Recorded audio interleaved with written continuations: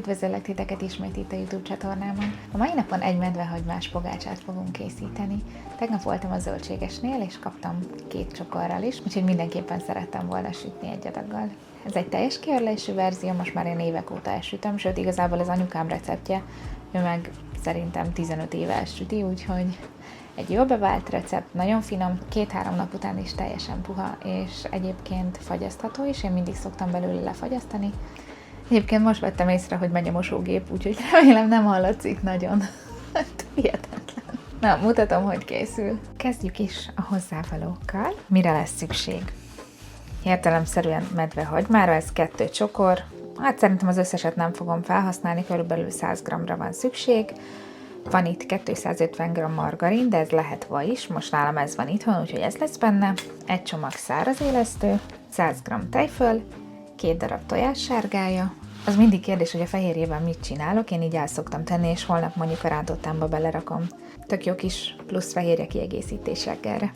Van itt még 125 ml cukormentes mandulatej, de egyébként ez lehet sima tej is, vagy egy kis higított tejszín, ki mit használ. 350 g teljes kiörlésű liszt, 100 g finom liszt és 50 g búzasikér.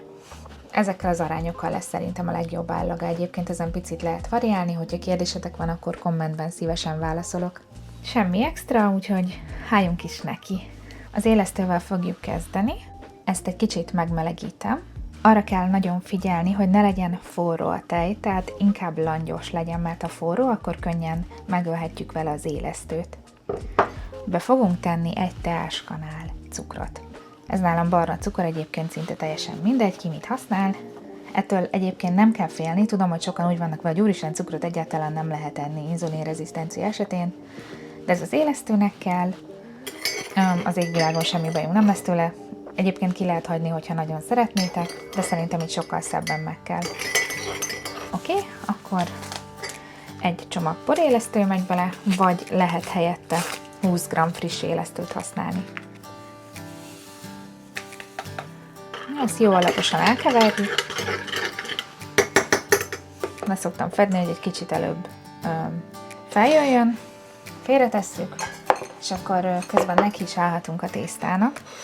Őszinte leszek, én baromira lusta vagyok, bevallom őszintén, és én ezt sosem kézzel szoktam. Robotgéppel szoktam begyúrni a tésztát. Itt van a kis margarinunk, én ezt kicsit kisebb darabokra összevágom. Ezt a krémkeverőt szoktam arra használni, hogy a lisztet és a vajat per margarint összedolgozzam. Így egyébként sokkal hamarabb megvan, és szerintem jobb is, mert nem olvad meg a kezünk melegétől a margarin vagy a vaj. Oké, mehet bele a teljes kiörlésű liszt, illetve a finom liszt és a sikér. Kelleni fog még bele 18 g só.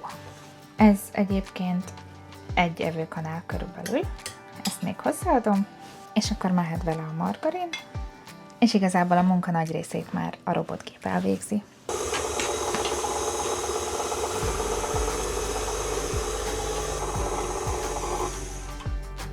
Szóval egyébként tök jól összedolgozza a gép. Élesztőnk felfutott, én ebbe bele szoktam keverni a tojássárgáját. Hozzáadjuk tésztákhoz.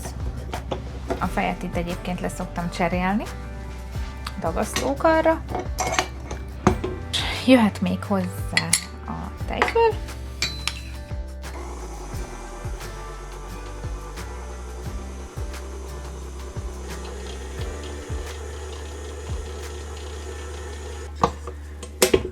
Nagyon jó kis tészta lesz belőle.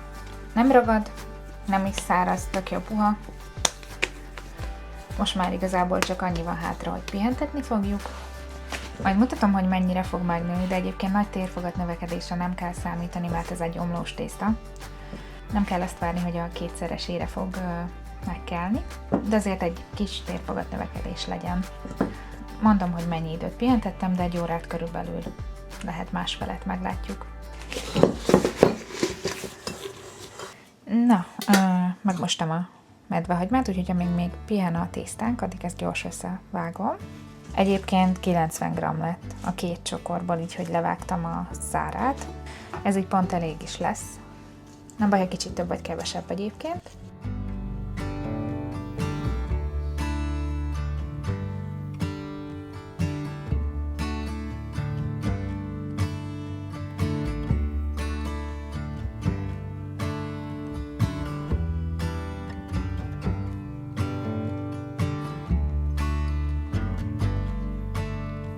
Na, és akkor nézzük a tésztánkat, hogy áll.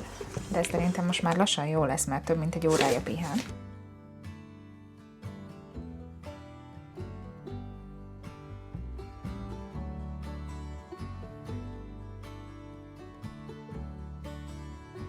És akkor ezt most kinyújtjuk. Egyébként nagyon jó ez a tészta, iszonyatosan könnyű dolgozni vele. Szerintem egyébként bármilyen más pogácsát is tudtok ebből sütni, akár sütetitek medvehagyma nélkül is, vagy vöröshagymával, vagy esetleg még el tudnám képzelni tökmaggal. Most akkor még annyi dolgunk lesz, hogy hajtogatunk, jobban mondva belehajtogatjuk a medvehagymát a pogácsába. Mondjuk körülbelül a felét így eloszlatjuk rajta, nem kell egyébként olyan de precízen. Mindenhova jusson. Úgynevezett 3-as hajtást végzünk, behajtjuk az egyik felét az 1/3-áig, és ráhajtjuk a másik 1/3-át.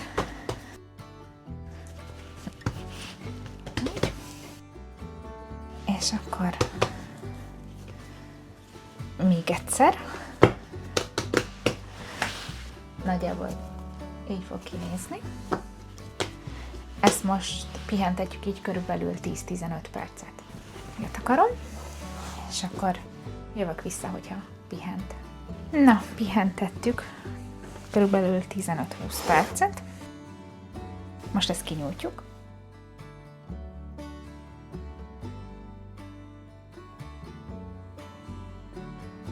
Kicsit itt ott kikandikál a medvehagyma. Teljesen oké. Nem tökéletességre törekszünk. Kicsit arrébb rakom, hogy lássátok rendesen. Itt van a maradék medvehagymánk, és ezt a lépést pontosan ugyanúgy megismételjük.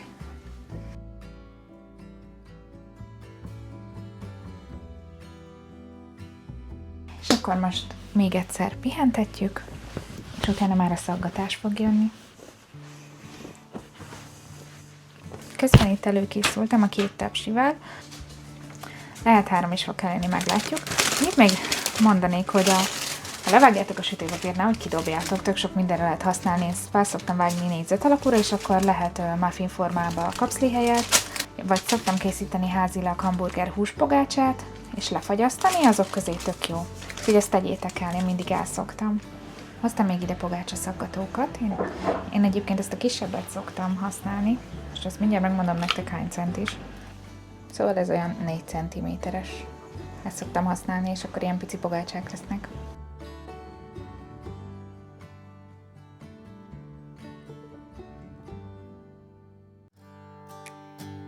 Körülbelül egy ujjnyi vastagságra fogjuk kinyújtani. Beszoktam érdelni a tetejét.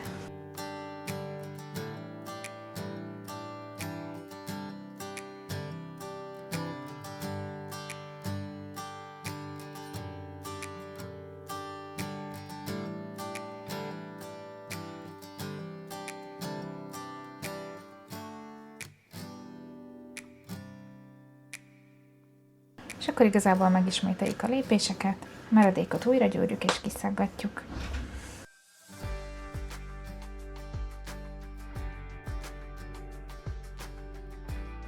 Végül is most összepakoltam, hogy ráférjen 2 tepsire. Összesen 68 darab. Már csak annyi van hátra, hogy lekenjük tojással. Még lehet rátenni reszelt sajtot, vagy meg lehet szórni bármilyen maggal. Szerintem most én fogok rá egy kis kendermagot szórni.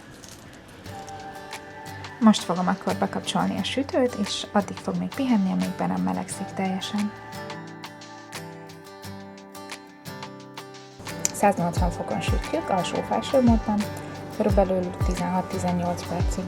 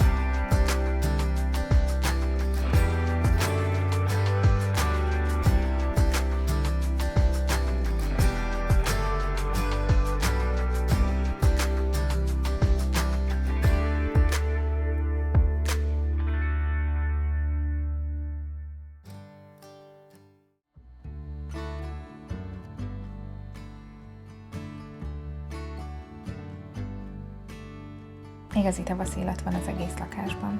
Isteni finom, tényleg, próbáljátok ki, nagyon puha, egyáltalán nem száraz. 2 nap múlva is gyakorlatilag ugyanilyen állaga van, próbáljátok ki. Fagyasztható is, már ha marad belőle, igazából nálunk már egy tepsi elfogyott, és még csak most sült ki.